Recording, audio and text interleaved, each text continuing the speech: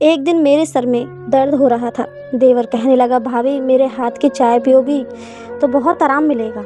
जब देवर ने चाय बनाकर पिलाई तो मुझे इतना सुकून मिला कि पूरी रात मुझे कोई होश न रहा। फिर मैं रोज़ रात को देवर से चाय बनवाकर पीने लगी और उस दिन मेरे जिस्म पर कुछ अजीब निशान होते और मुझे कोई होश न था। अगले दिन मैंने कैमरा लगाकर देवर को बुलाया और जब सुबह उठी तो कैमरे में देखा तो मेरे पैरों के नीचे से ज़मीन निकल गई। मेरा देवर तो मेरे साथ कभी कभी हम रिश्तों की सीमा का ख्याल नहीं रखते और इसी वजह से बहुत नुकसान उठाते हैं।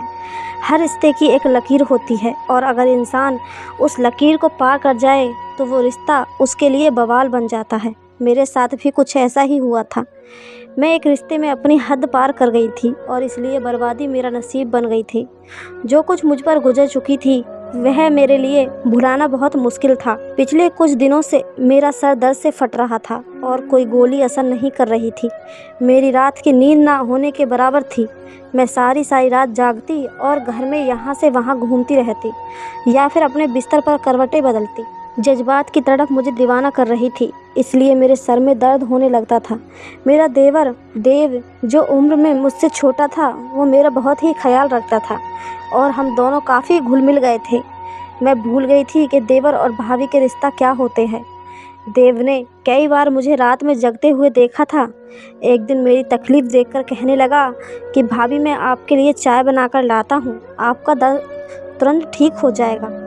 वो आपको इतना सुकून देगी कि आपको फ़ौरन ही नींद आ जाएगी।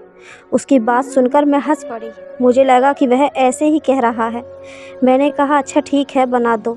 वो चाय बनाकर ले आया और मुझे दे दी। मैं चाय पीने लगी, साथ ही वह मुझे अपने दिन भर के किस्से भी सुनाने लगा था। उसकी बनाई हुई चाय पीकर मुझे इतना सुकून महसूस हो रहा था कि मुझे नींद आने लगी। मैं रोज़ाना रात को चाय पीने की आदी हो गई थी। देव मेरे लिए चाय खुद ही बनाकर लाता था। मैंने चाय पी और सोने के लिए लेट गई। मुझे ऐसी नींद आई कि मैं सुबह ही उठी। सच में देव के हाथों की चाय में तो एक जादू था। मुझे बहुत ज़्यादा सुकून महसूस हो रहा था। काफ़ी दिनों के बाद मुझे इतनी गहरी नींद आई थी।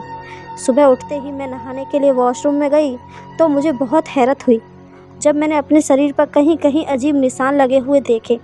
शायद मैंने नींद में अपने शरीर पर खुजा लिया होगा। मैं दिन भर अपने कामों में लग गई। नींद पूरी होने की वजह से मेरे सर का दर्द पूरी तरह गायब हो गया था। मेरी शादी को 2 साल बीत चुके थे और ये 2 साल मैंने बहुत ही अच्छे से गुजारे थे। जब मैं इस घर में दुल्हन बनकर आई थी तो मेरा देव 15 साल का लड़का था। देव के अंदर बहुत ज़्यादा बचपना था और वो मुझे बिल्कुल मेरे छोटे भाई जैसा लगता था। मेरे पति ने मुझसे कहा था कि उनके पिता बहुत जल्दी ही इस दुनिया से चले गए, जिसकी वजह से देव को बाप का प्यार नहीं मिल सका। उनकी माँ भी देव पर और घर पर बहुत कम ध्यान दिया करती थी और मेरे पति अमर तो यहाँ रहते ही नहीं थे। इसलिए अमर ने मुझसे कहा कि मैं अब सबसे ज़्यादा देव का ख्याल रखूं। मैंने अमर से वादा कर लिया था कि मैं देव को बिल्कुल अपने बच्चों की तरह रखूंगी और मैंने अपना वादा पूरी तरह निभाने की कोशिश भी की थी। मेरे पति अमर मुंबई में नौकरी करते थे और वो महीने में 5-6 दिन के लिए ही वापस घर आते थे।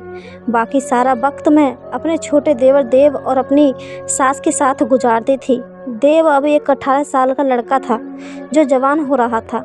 वह मुझसे उम्र में सिर्फ 4 साल ही छोटा था और इसलिए हम दोनों के बीच बहुत अच्छी दोस्ती हो गई थी। मैं उसकी हर छोटी से छोटी बात का भी ख्याल रखती। वो कॉलेज से आते ही भाभी भाभी कहता मेरे आगे पीछे घूमने लगता। अमर के यहाँ ना होने की वजह से मेरे छोटे बड़े काम सब के सब देव ही की जिम्मेदारी थी। देव कॉलेज से आने के बाद मेरे काम कर देता और उसके बाद मेरे ही साथ सारा वक्त गुजारता। देव के साथ रहते रहते मैंने एक बात महसूस की कि वो अमर को पसंद नहीं करता था, बल्कि उसका जिक्र आने पर वह चुप हो जाया करता था, यहाँ फिर बात ही बदल दिया करता था। मैं उससे जानना चाहती थी कि उसे अमर से क्या परेशानी है, लेकिन मैं कभी ये सवाल नहीं कर पाई थी और बहुत समय के बाद मुझे इसका जवाब मिल गया। अमर की माँ सारा दिन मोहल्ले में घूमती फिरती और शाम होते ही जल्दी सो जाया करती। अगले दिन सुबह सवेरे ही वो फिर मोहल्ले के लिए निकल पड़ती, इसलिए मुझे कभी भी उनकी तरफ से कोई तकलीफ़ नहीं थी। ज़िंदगी बहुत अच्छी गुजर रही थी, लेकिन अमर के बगैर मुझे रात भर नींद नहीं आती थी और मैं सारी रात करवटें बदल बदल कर गुजारती। कभी कभी तो मेरा दिल चाहता कि मैं अमर के पास ही चली जाऊं, लेकिन ऐसा फिलहाल मुमकिन नहीं था, इसलिए मुझे सर में दर्द रहने लगा। देव को मालूम था कि मेरे सर में दर्द है, इसलिए वो पहले तो मेरे लिए दवा लेकर आया करता था, लेकिन एक दिन वह कहने लगा कि आप कब तक सर दर्द की दवाइयाँ खाएंगी? इससे तो अच्छा ये है कि मैं आज आपको अपने हाथों की चाय बनाकर देता हूँ, आपको बहुत सुकून मिलेगा। मैंने देव से कहा कि रोज़ चाय बनाकर पिलाने से अच्छा है कि कुछ दिन के लिए मुझे अपने भाई के पास भिजवा दो, मैं खुद ही ठीक हो जाऊंगी। मेरी बात सुनकर देव कहने लगा कि अगर आप चली जाएंगी तो मेरा क्या होगा, मैं तो आपके बगैर नहीं रह सकता हूँ। उसकी बात सुनकर मैं ज़ोर ज़ोर से हंसने लगी। वो मुझसे इसी तरह की बातें किया करता था। देव को वाकई ही मेरी बहुत ज़्यादा आदत हो गई थी। हम दोनों अक्सर ही घूमने के लिए बाहर चले जाते। वो रात को मेरे लिए आइसक्रीम ले आता और हम दोनों मिलकर रात तक एक साथ मूवी देखते। मैं देव की पढ़ाई में भी बहुत ज़्यादा मदद किया करती थी। वह मुझसे बेझिझक अपनी हर तकलीफ़ बताता था। मैं देव के साथ खरीदारी के लिए जाती तो वो मुझे बहुत ही मॉडर्न और फैशनेबल कपड़े लेने पर मजबूर करता। घर में तो वो मुझे दुपट्टा भी नहीं लेने देता था। मैं जब भी दुपट्टा लेकर काम करती तो वो मेरा दुपट्टा खींचकर एक तरफ फेंक देता। वो कहता, आप इसे इतनी गर्मी में पहनकर कैसे काम करती हैं? वह हर बात में मेरी बहुत ज़्यादा फिक्र किया करता था। उसको हल्के रंगों के कपड़े बहुत पसंद थे और इसलिए मैं जब भी उसके साथ बाज़ार जाती तो मुझे हल्के रंगों के कपड़े दिलाता और उनकी सिलाई भी बहुत ही फैशनेबल करवाता। उसे मेरे कपड़ों में बहुत ज़्यादा दिलचस्पी थी। मैं अक्सर उससे कहती थी कि उसकी बीवी तो बहुत खुशनसीब होगी जो उसका पति उसे अपनी पसंद से कपड़े डिज़ाइन करवा कर देगा। वो मेरी बात सुनकर कहता कि फ़िलहाल तो आप बहुत खुशनसीब हैं जो मैं आपके लिए इतनी मेहनत करता हूँ। और वाकई में बहुत ही खुशनसीब थी, क्योंकि मुझे उसने कभी भी किसी काम के लिए मना नहीं किया था। वह मेरे सारे कपड़ों में गहरे गहरे डिजाइन वाले गले बनवाता, बड़ी बड़ी चौक बनवाता, जिनसे अक्सर मेरी कमर तक दिखने लगती और कमीज इतनी चुस्त होती कि कभी कभी मुझे सांस लेना भी दुश्वार महसूस होता। लेकिन मैं देव को ऐसे कपड़े बहुत पसंद थे। मैं उसे अपने बच्चे की तरह रखती थी, इसलिए कभी भी उसकी पसंद के कपड़े पहनने के लिए मना नहीं करती थी। हल्के गुलाबी रंग का सूट पहने एक दिन मैं किचन में काम कर रही थी। गर्मी बहुत ज़्यादा थी और मेरा पूरा जिस्म पसीना पसीना हो रहा था। मेरा सूट से सब कुछ साफ साफ नज़र आ रहा था और मैं बिना दुपट्टे के जल्दी जल्दी खाना बनाने में मग्न थी। तभी अचानक ही वह पीछे से चला आया और मुझे देखकर कहने लगा कि आज तो आप बहुत हॉट लग रही हैं। उसके इस बात पर मैं शर्मिंदा सी हो गई और जल्दी से अपना दुपट्टा ढूंढने लगी। तभी वो कहने लगा कि मैं तो मजाक कर रहा था भाभी, आप आराम से अपना काम करें। और वह किचन से निकल गया। अमर मुझसे मिलने के लिए वापस आते तो उन दिनों देव मुझसे बहुत ही कम बात करता और सारा वक्त पढ़ाई में मग्न रहता। अमर बहुत खुश होते कि देव बहुत मेहनत से पढ़ाई कर रहा है और मैं भी उन दिनों अमर के साथ इतनी मग्न होती कि मुझे देव का बदला हुआ रवैया भी महसूस ना होता। अमर बस 5 दिन ही मेरे साथ गुजार कर वापस चले जाते और देव फिर मेरे साथ पहले की तरह ही पेश आता। वो मेरे मामले में बहुत ज़िद्दी सा हो गया था। वह चाहता था कि वह मुझसे कुछ भी कहे मैं फ़ौरन उसकी बात मान लूँ। उसके दोस्त की बहन की शादी थी और वह मेरे पीछे लग गया था कि मैं भी उसके साथ चलूँ। पहले तो मैंने मना कर दिया, लेकिन जब उसका उतरा हुआ चेहरा देखा तो मजबूरन मैं मान गई। लेकिन मैं सोच रही थी कि उसके दोस्त की बहन की शादी में मैं जाकर क्या करूँगी, लेकिन वहाँ जाकर मुझे बड़ी हैरानी हुई। देव के सभी दोस्त मुझे बहुत अच्छी तरह से जानते थे और इस तरह से मिल रहे थे जैसे हम बहुत बार मिल चुके हैं। देव का एक दोस्त कह रहा था कि देव हर वक्त आपका ही जिक्र करता है और वो आपकी बहुत तारीफ़ करता है। वह बस मुझसे मिलने की ख्वाहिश करते थे और मुझसे मिलकर उन्हें बहुत खुशी हुई थी। वापसी पर मैंने देव से पूछा कि तुम अपने दोस्तों से मेरे बारे में ऐसी कौन सी बातें करते हो जो सब मुझे इतने अच्छी तरह पहचानते हैं। देव कहने लगा कि आप तो मेरी सब कुछ हैं, मैं हर वक्त आपकी बात करता हूँ। उस वक्त मैं देव की बात का मतलब समझ नहीं पाई थी, लेकिन जिस दिन मुझे उसकी बात का मतलब समझ आया मेरे कदमों तले से ज़मीन निकल गई थी। देव रोज़ रात को मेरे लिए चाय बनाने लगा और मैं सुकून की नींद सोने लगी। लेकिन जब अगले दिन मुझे अपने जिस्म पर जगह जगह निशान मिलते तो मैं हैरान हो जाती और इसलिए मैंने एक रोज़ अपने कमरे में कैमरा लगाया और देव से चाय बनाकर लाने को कहा।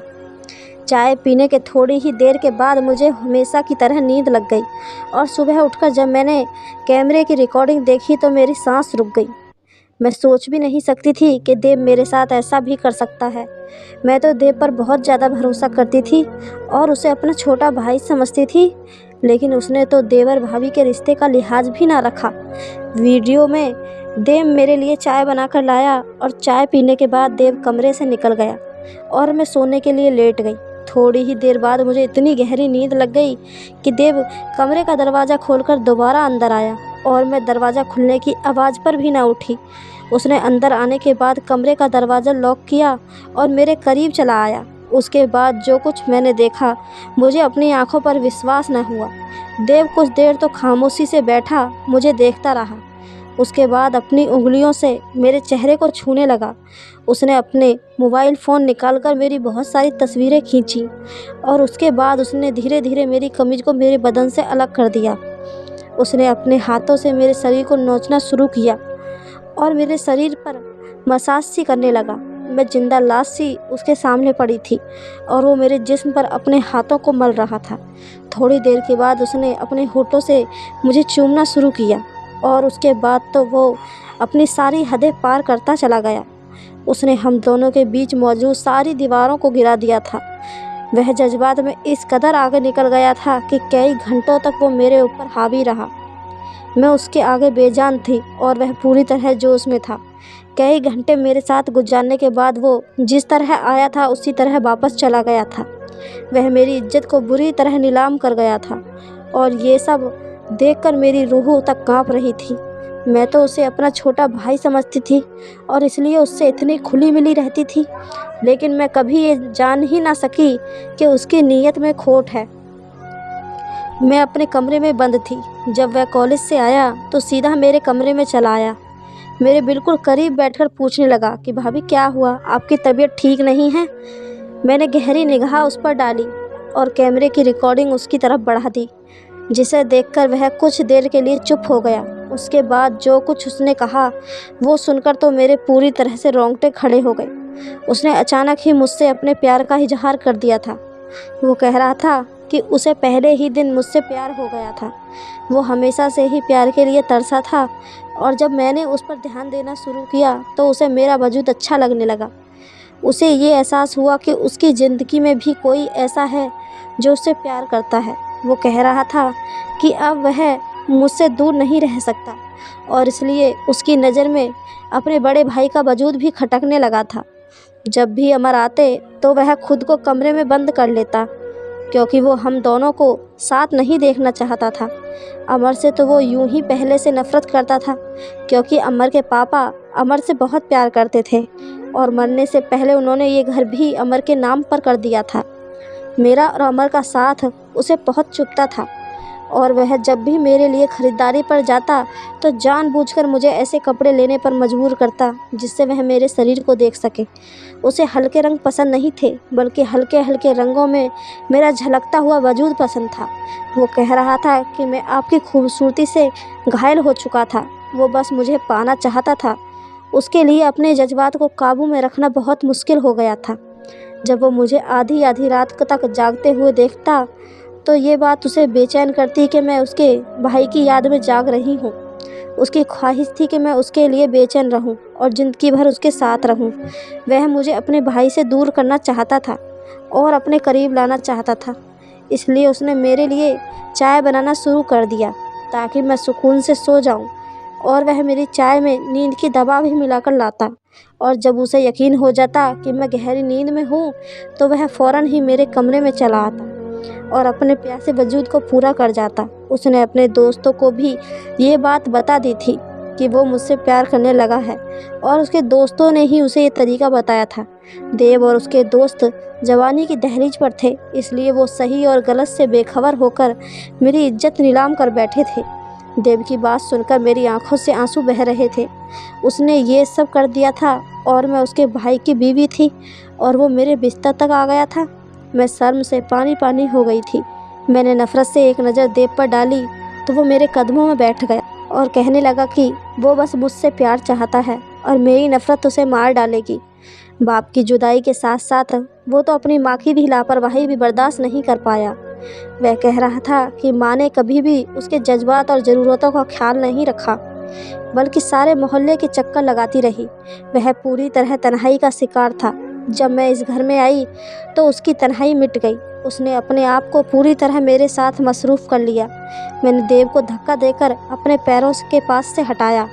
मैं उसकी शक्ल भी नहीं देखना चाहती थी। उसने जो कुछ मेरे साथ किया था, मैं उसे माफ़ नहीं कर सकती थी। मैं जानती थी कि इसमें सारी गलती देव की नहीं है। वो वाकई रिश्तों का तरसा हुआ था और मुझे पाकर वह अपनी हद भूल बैठा था।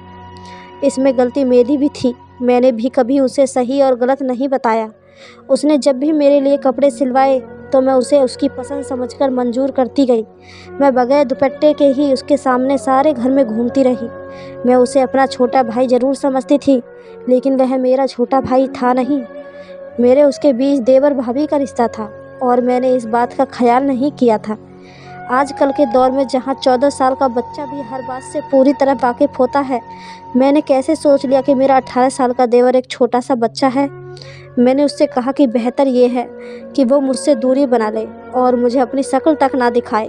मेरे लिए अब उसके साथ एक छत के नीचे रहना मुश्किल हो गया था।